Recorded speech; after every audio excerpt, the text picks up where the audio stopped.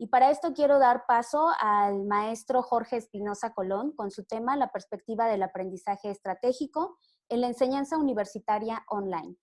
El maestro Jorge Espinosa Colón es profesor investigador con una amplia experiencia en tecnología educativa y gestión de la innovación social. En el ámbito académico ha participado en la docencia en modalidades presencial y virtual. Ha dirigido tesis en licenciatura y posgrado, además de coordinar y colaborar en proyectos de investigación educativa e innovación social.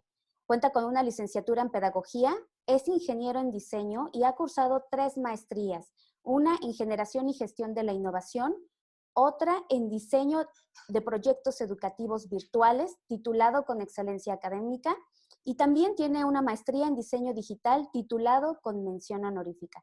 Actualmente estudia su doctorado en Artes y Diseño en la Universidad Nacional Autónoma de México. Maestro Jorge, el tiempo es para usted. Bienvenido y muchas gracias por compartirnos su conocimiento, porque estamos muy contentas de seguir aprendiendo. Hola, buenas tardes a todas y a todos. Antes que nada, quiero agradecer al equipo de Empodérate Tú Puedes, Capítulo México, por la invitación. Y pues bueno, tratando de respetar los tiempos, porque ya es un poco tarde, voy a iniciar con la presentación. Y el tema que quiero compartir el día de hoy está relacionado con la perspectiva del aprendizaje estratégico en la enseñanza universitaria en línea y a distancia.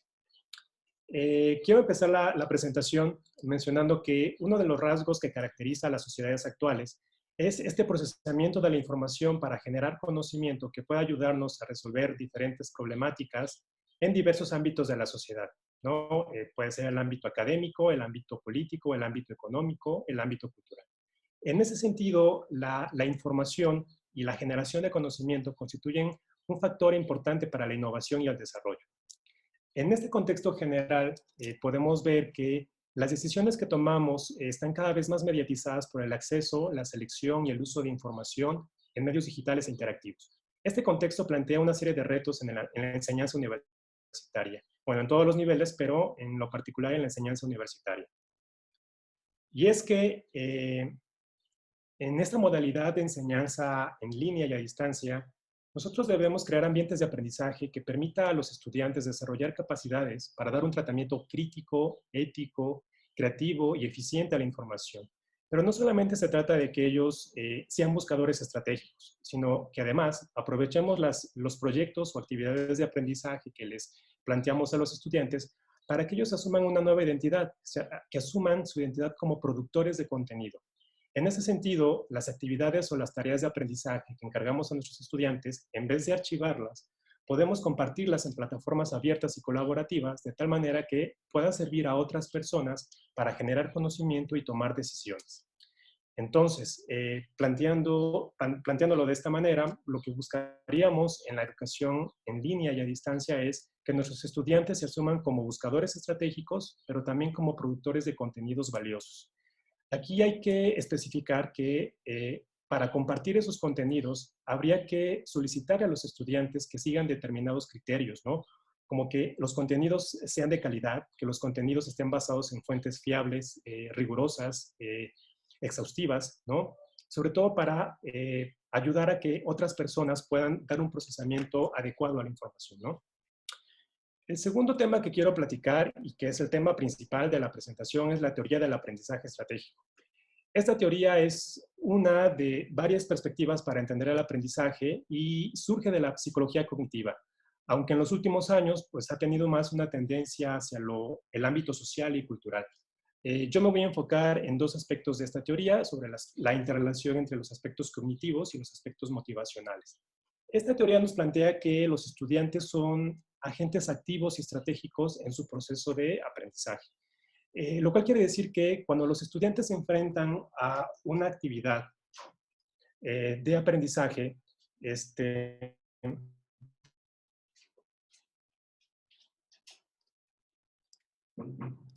que cuando los estudiantes se enfrentan a una actividad de aprendizaje, ellos tienen que hacer una lectura del contexto, tienen que reconocer cuáles son los requerimientos y los requerimientos y las metas de aprendizaje que van a enfrentar. Partiendo de este reconocimiento, también tienen que tomar conciencia de los conocimientos, las habilidades y las actitudes con las que cuentan, y sobre todo también reconocer cuál es la naturaleza de los materiales de aprendizaje que ellos van a tener que consultar o buscar. Partiendo de este reconocimiento y esta comprensión de la problemática, ellos tienen que desplegar un plan de acción en el cual van a aplicar estrategias de manera coordinada a fin de lograr la meta de aprendizaje. Pero eso no se queda hasta ese momento, ¿no? Lo que buscamos es que los estudiantes también logren reflexionar acerca de su proceso, de tal manera que generen conocimiento tácito que les pueda ayudar a aplicar ese conocimiento, esas habilidades en nuevas situaciones, en situaciones futuras. Es importante mencionar que todo este proceso estratégico de toma de decisiones, de adaptación al contexto, tiene como base la motivación.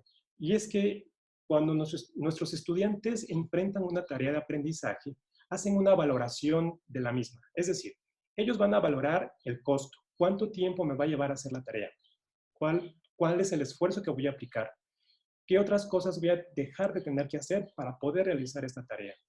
Ellos también valoran esta actividad de aprendizaje a partir de la utilidad, es decir, qué tanto la tarea se ajusta a mis planes futuros como estudiante o de qué manera me va a ayudar a obtener recompensas externas. He sabido que algunos estudiantes se motivan por el tipo de evaluación que aplica el docente, es decir, ellos buscan una buena evaluación, una buena calificación, por ejemplo, ¿no? Pero también nuestros estudiantes valoran las tareas de aprendizaje a partir del interés, es decir, a partir del disfrute que pueden tener al hacer esta tarea, a partir del aprendizaje genuino, auténtico, ¿no?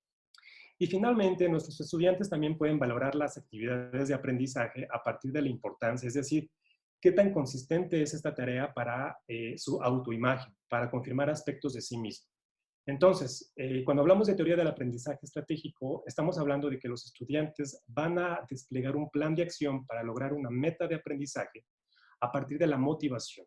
¿Cómo podemos aplicar esto en la educación universitaria en línea y a distancia? Pues bueno, a partir de proyectos que sean auténticos, es decir, que los proyectos puedan ser contextualizados, que den las condiciones para que nuestros estudiantes puedan confirmar su identidad, construir su identidad como profesionales en formación. ¿Y qué significa que sean auténticos? Bueno, proyectos auténticos que planteen acciones, actividades que sean similares a las que van a realizar los estudiantes una vez que egresen y ejerzan profesionalmente.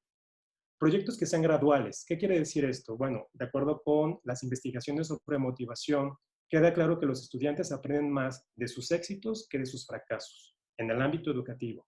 En ese sentido, si planteamos un proyecto que se desarrolle durante todo un semestre y cada semana, cada 15 días, planteamos al estudiante una retroalimentación sobre sus avances, sobre sus aciertos, encauzamos sus errores, los estudiantes se van a sentir más motivados porque van a ver sus avances de manera gradual.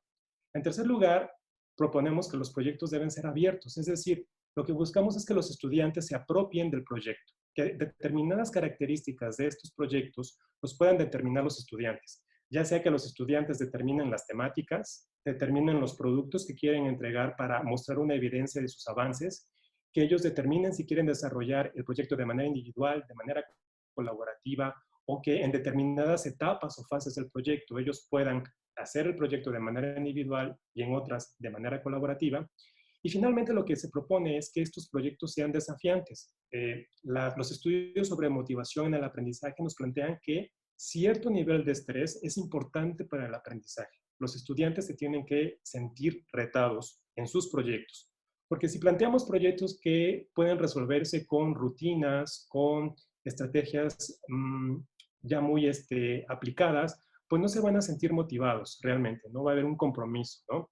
Entonces, algún elemento del proyecto que proponemos a los estudiantes debe ser retador, debe ser desafiante y sobre todo debe enfrentar al estudiante o a la estudiante a la ambigüedad, a la apertura, que es una situación que estamos enfrentando día con día, ¿no? Otro elemento que nos puede ayudar a aplicar estos conceptos de estrategia y motivación es el concepto de trayectorias de aprendizaje. Ese concepto viene de la enseñanza de las matemáticas y básicamente nos propone que para hallar una solución a un problema matemático, el estudiante o la estudiante puede ejecutar o puede seguir diferentes caminos, ¿sí? Si extrapolamos este concepto, esta idea al ámbito de la enseñanza universitaria, Lo que buscaríamos entonces es que en las actividades de aprendizaje que encargamos a nuestros estudiantes cada semana, cada 15 días, podemos intercalar opciones de productos que ellos pueden realizar para cumplir con una meta de aprendizaje. De tal suerte que, por ejemplo, en la primera semana todas y todos los estudiantes pueden desarrollar un cuadro comparativo, pero en la segunda semana yo le doy la opción a la o el estudiante a elegir qué producto quiere realizar para lograr con la meta de aprendizaje. Entonces, cada estudiante va a decidir si quiere elaborar un podcast, si quiere elaborar un video, si quiere elaborar una presentación, y el estudiante va a tener que tomar una decisión, ¿no? Es decir, si el estudiante es muy bueno generando videos, pues aquí vamos a ver una valoración de la actividad de aprendizaje con base en su interés, ¿no? Con base en sus tiempos. Pero hay que advertir algo, ¿no? No se trata de que el estudiante realice la actividad o el producto que más le apetezca o que en el cual tenga más habilidades. Nosotros como docentes también podemos proponer retos, es decir, ok, vas a hacer la presentación, pero vas a tener que utilizar o aprender una herramienta, ¿no? Una herramienta nueva. Ese puede ser un ejemplo, ¿no? Entonces, aquí de lo que se trata es de ir combinando, ¿no? Esta cuestión de retos, de desafíos, de generar ambientes de aprendizaje en donde el estudiante pueda sentir el control de su proceso y su progreso de aprendizaje. También es importante mencionar que cada una de estas actividades y productos o evidencias deben estar integradas, deben ser parte de un proyecto general, como ya lo platicábamos. Quisiera terminar la presentación, sobre todo con un concepto muy importante, la evaluación. Tanto en la modalidad presencial como en la modalidad a distancia, la evaluación es un recurso, un medio, un proceso importante para la toma de decisiones. Infortunadamente, la evaluación se confunde con calificación y en la modalidad en línea y a distancia, si nosotros solamente asignamos una calificación a nuestros estudiantes, nuestros estudiantes no van a tener información para tomar una decisión, para conocer en qué están bien, en qué están mal y cómo pueden mejorar. Si asignamos una calificación, la percepción del alumnado es que ese es su nivel y esto va a tener repercusión en su autoestima. Aquí hay que considerar algo muy importante también. En la modalidad a distancia, los estudiantes suelen sentirse solos, ¿sí? Sienten como que no están acompañados. En ese sentido, el docente debe utilizar las herramientas tecnológicas para tener ese contacto, este acercamiento con nuestros estudiantes. Y de esta manera, generar un proceso de evaluación que permita pasar de una concepción de evaluación clasificatoria a una concepción de evaluación para el aprendizaje, para la toma de decisiones. Entonces, si a nuestros estudiantes, además de asignarle una calificación, le comentamos o le señalamos cuáles son sus aciertos, cuáles son sus errores, y además hacemos comentarios y anotaciones sobre la explicación, la razón de esos errores y encauzamos sus respuestas, los estudiantes van a tener más información para tomar una decisión respecto a cómo mejorar su desempeño en situaciones futuras. Una cuestión de la modalidad en línea y a distancia es que es muy común darle la oportunidad al estudiante de entregar nuevamente su trabajo, de tal manera que el estudiante pueda asumir el compromiso de, uno, atender las recomendaciones del docente, ¿sí? Sobre cómo podría mejorar ese trabajo, y en este compromiso involucrarse en la mejora de su propio desempeño y, sí, en la mejora de su desempeño, ¿no? Entonces, tratando de sintetizar lo que platicamos en esta presentación, uno, en la modalidad en línea y a distancia, en la enseñanza universitaria, hay que aprovechar las potencialidades de las tecnologías digitales interactivas para ayudar a los estudiantes a que asuman dos identidades. Una, buscadores estratégicos, que ellos puedan buscar, localizar, seleccionar, evaluar información de manera crítica, ética, eficiente, de manera creativa, de manera individual o de manera colaborativa, pero que además los trabajos y los proyectos que generan en este proceso de aprendizaje se puedan compartir en plataformas colaborativas y abiertas, de tal manera que ellos puedan ver que los contenidos o los proyectos, en este caso, que generan, pueden ser información valiosa para otras personas, para generar conocimiento. El segundo aspecto importante que platicamos son los proyectos. Los proyectos deben ser graduales, auténticos, retadores y sobre todo que ayuden al estudiante a construir o reforzar su identidad como profesional en formación.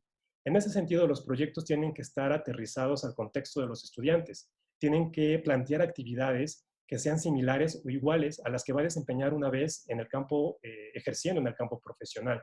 Y sobre todo, tienen que ser proyectos cuyas características puedan ser personalizadas por los estudiantes. Los estudiantes deben tener la capacidad, la toma de decisión de personalizar, de adaptar, de proponer el tipo de temáticas que quieren desarrollar, los tipos de productos, los tipos de herramientas que pueden utilizar. Finalmente, la evaluación es un aspecto muy importante en ambas modalidades, tanto presencial como a distancia. Sin embargo, en la modalidad a distancia reviste especial importancia porque no es lo mismo en la modalidad presencial, pues podemos estar cara a cara con el estudiante, mencionándole, dialogando, platicando cuáles son sus errores, sus aciertos, encauzando. En la modalidad de distancia, los docentes tenemos que asumir el compromiso de conocer las características de las tecnologías que utilizamos, cuáles son esos lenguajes, cuáles son esos códigos de comunicación que cada tecnología demanda, ¿no? No es lo mismo comunicarnos a través de correo electrónico que a través de un chat, que a través de la plataforma electrónica, a partir de un foro, ¿no? Entonces hay que reconocer este lenguaje, este código implícito en cada tecnología, en cada medio de comunicación, para, una vez conociendo este lenguaje y este código, aprovechar este lenguaje y código para dar una retroinformación o retroalimentación al estudiante, de tal manera que le ayude a tomar decisiones. En la modalidad a distancia es muy común, como ya lo mencioné, darle la oportunidad al estudiante de poder entregar nuevamente su trabajo y con esto darle la oportunidad de que asuma este compromiso de mejora, ¿no? Con eso terminaría mi presentación y agradezco mucho al equipo por la invitación para este diálogo, esta conversación. Muchas gracias. Muchísimas gracias, maestro. Muchísimas gracias. De verdad le agradecemos mucho que nos ponga de esta manera aparentemente tan sencilla, ¿no? Y resumida, pues como esta manera tan integral de ver no solamente los retos, ¿no? Que implica, sino también cómo podemos aprovechar todo esto, ¿no? Y lo importante que tocó usted este aspecto de considerar los aspectos emocionales, personales de todos los estudiantes, porque sin duda no podemos quitarnos la mochila de la emoción, ¿verdad? La traemos puesta todo el tiempo y esto pues tiene un impacto prácticamente en cualquier arista de nuestra vida, ¿verdad? Así que muchísimas gracias, le agradecemos mucho su participación.